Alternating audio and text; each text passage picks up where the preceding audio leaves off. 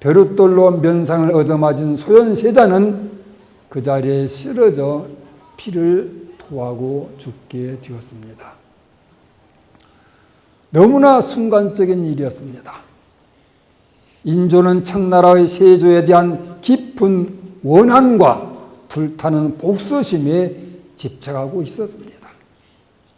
그러한 인조 앞에 자기 아들인 소현세자가 세조에 대해 대국의 천자답고 그 기상이 웅대하고 거기다 너그럽기까지 해서 탐복했다고 칭찬을 하니까 인조는 그 분노에 미쳐버리는 것입니다. 그래서 타국에서 고생하다가 7년 만에 돌아온 사랑하는 아들을 벼룻돌로 쳐서 죽이는 비정한 아버지가 된 것입니다. 다시 말해서 소현세자가 청나라의 세조를 찬탄하는 말을 듣고 인조에게 순간적으로 일어난 충동적인 격분은 악마의 마음대로 되는 것이며, 그것이 인조에게 폭력적인 살이가 된 것은 악마의 손에 들어간 것입니다.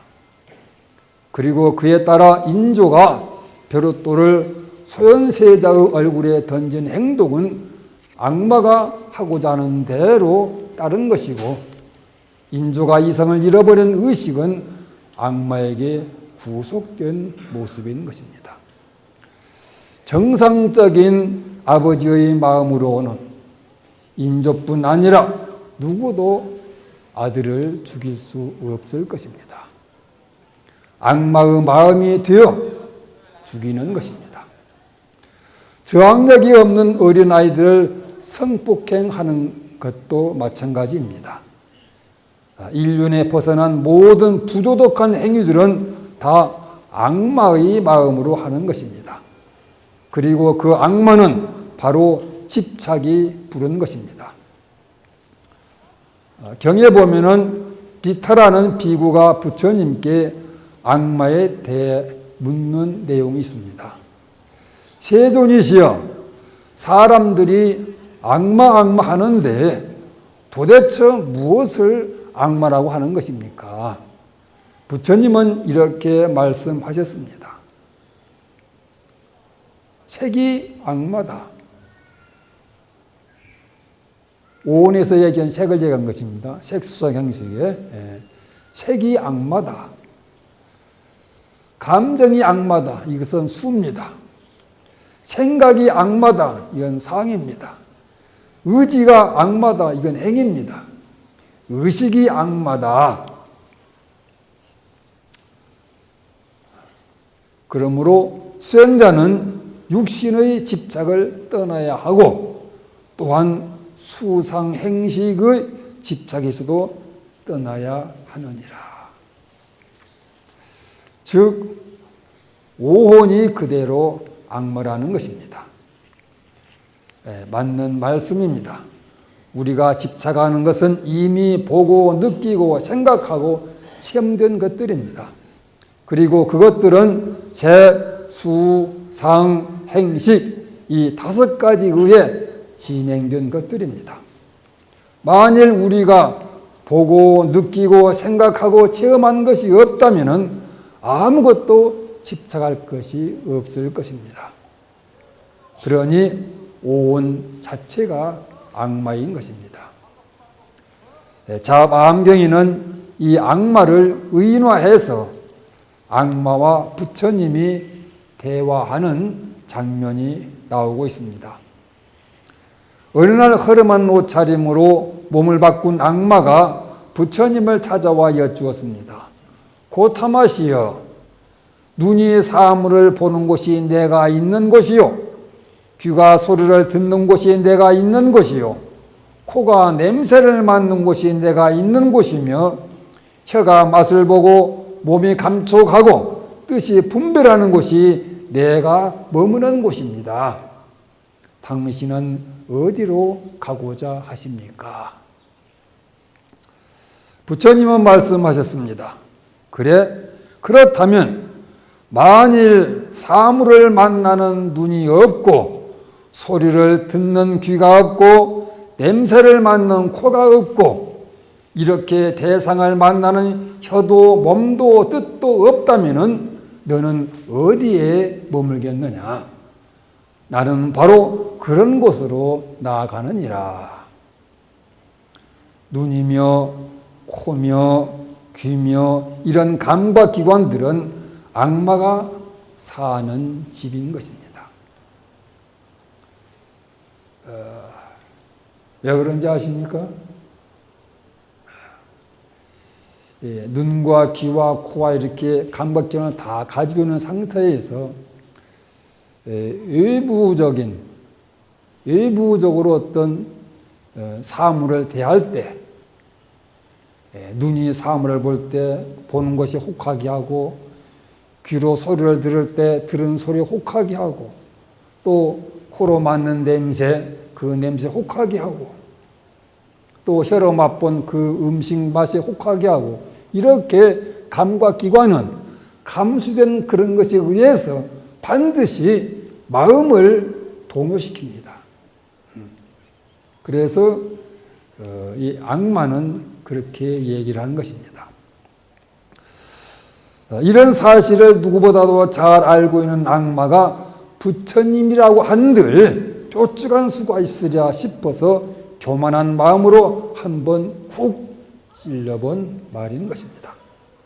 그에 대해 부처님은 마치 꼭 맞은 병의 마개를 씌우듯이 명쾌하게 한마디로 악마의 입을 막아버렸습니다.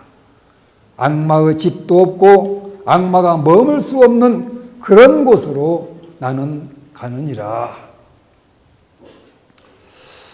악마의 집이 없고 악마가 머물 수도 없는 곳, 그곳이 바로 괴롭고 괴로운 두 번째 화살을 맞지 않을 수 있는 곳입니다. 그럼 그 장소는 어디인가? 부처님 말씀대로라면은 눈, 귀, 코, 혀, 몸, 뜻이 없는 곳입니다. 그런 곳이 어디에 있겠습니까? 있습니다. 집착감이 없는 곳이 바로 그곳입니다. 육군이 다 있어도 그것에서 일어난 어떤 감정, 어떤 쾌감, 어떤 기분, 어떤 생각, 어떤 욕망이라도 그것에 집착하지 않으면은 그 육군은 없는 것과 같습니다. 부처님께서는 최초로 그 길을 개척하셨고 그리고 그 길을 실제로 가셨던 분입니다. 부처님은 그 길에 있어서 선각자이십니다. 그러기에 선각자로서 우리들에게도 그 길을 가르쳐주고 있는 것입니다.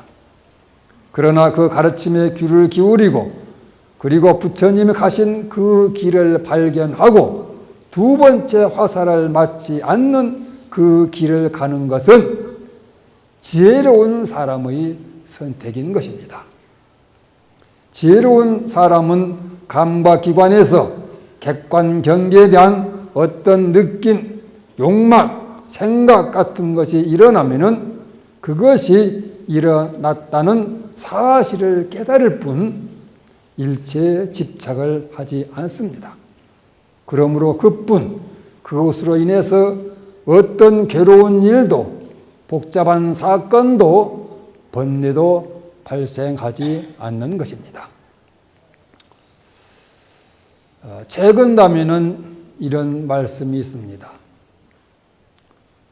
풍내 소죽에 풍과 이주 불유성하고 안도한담에 안거이담 불유영이니라. 시고로 군자는 사례이 심시원하고 사거이 심수공이니라. 즉 대나무밭에 바람이 오면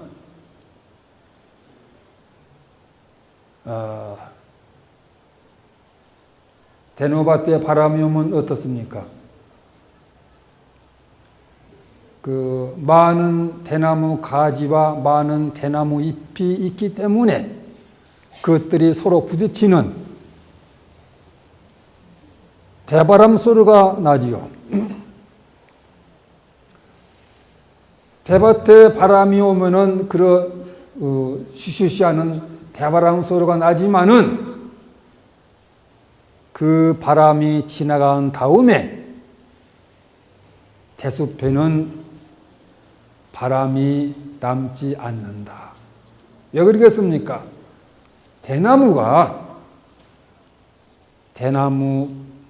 대바람 소리를 갖지 않기 때문입니다. 그러니까 바람이 왔을 때 대바람 소리를 내게 했지만은 바람이 지나간 다음과 동시에 그 대숲에는 바람 소리가 사라지는 것입니다.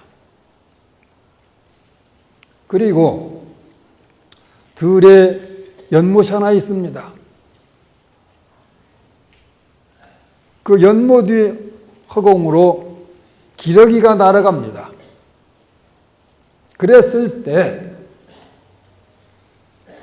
그 물에는 당연히 기러기의 그림자가 비치게 됩니다. 그렇지만은 그 기러기가 지나간 다음에, 즉 못을 건너간 다음에는 물에 기러기 그림자가 남지 않는다는 것입니다. 왜냐? 그 못물이 기러기의 그림자를 지니지 않기 때문인 것입니다.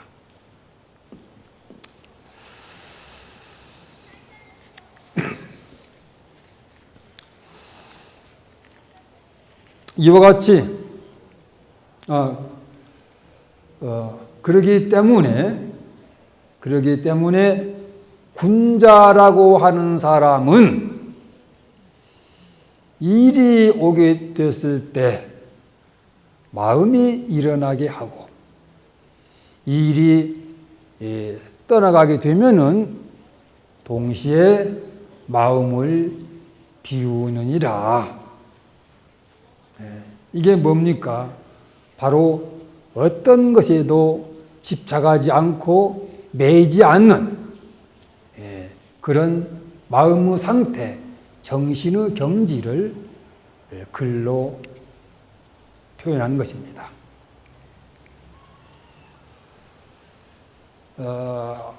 대숲에 바람이 올 때 대바람 소리가 요란스럽긴 하지만은 아무리 그 바람에 그 대숲에 요동쳤다 하더라도 그 바람이 지나간 다음에는 본래 고요하고 적적했던 대숲의 정적으로 돌아가게 되고, 그 고요히 고여있는 못물에 그 위로 기러기가 지나갈 때 그 못물에 기러기 그림자가 비쳤지만은 그 못물이 기러기 그림자를 욕심내서 갖지 않았기 때문에 지나간 다음에 그 못물에는 기러기 그림자가 남지 않게 되는 법. 이런 것이 바로 어떤 그 객관적인 세계를 당하더라도 그것이 혹하는 마음을 일으키지 않고, 혹하는 마음을 일으키지 않기 때문에 집착하지 않는 그런 상태, 그런 경지가 되는 법입니다. 이와 같이 매사에 오는 때와 가는 때를 따라서 마음도 일어나게 하고 비우게 하는 그 자제함이 군자의 마음이어야 한다고 하는 것입니다. 이런 상태가 바로 지혜로운 마음인 것입니다. 지혜로운 마음은 두 번째 화살을 맞지 않습니다. 두 번째 화살을 맞지 않으면 괴로움이 없습니다. 그리고 괴로움이 없다면 인생은 그야말로 살만한 것입니다. 우리 모두 집착을 여의어 두 번째 화살을 맞지 않는 그런 삶의 주인공이 되도록 다 함께 정진하고 노력합시다. 감사합니다.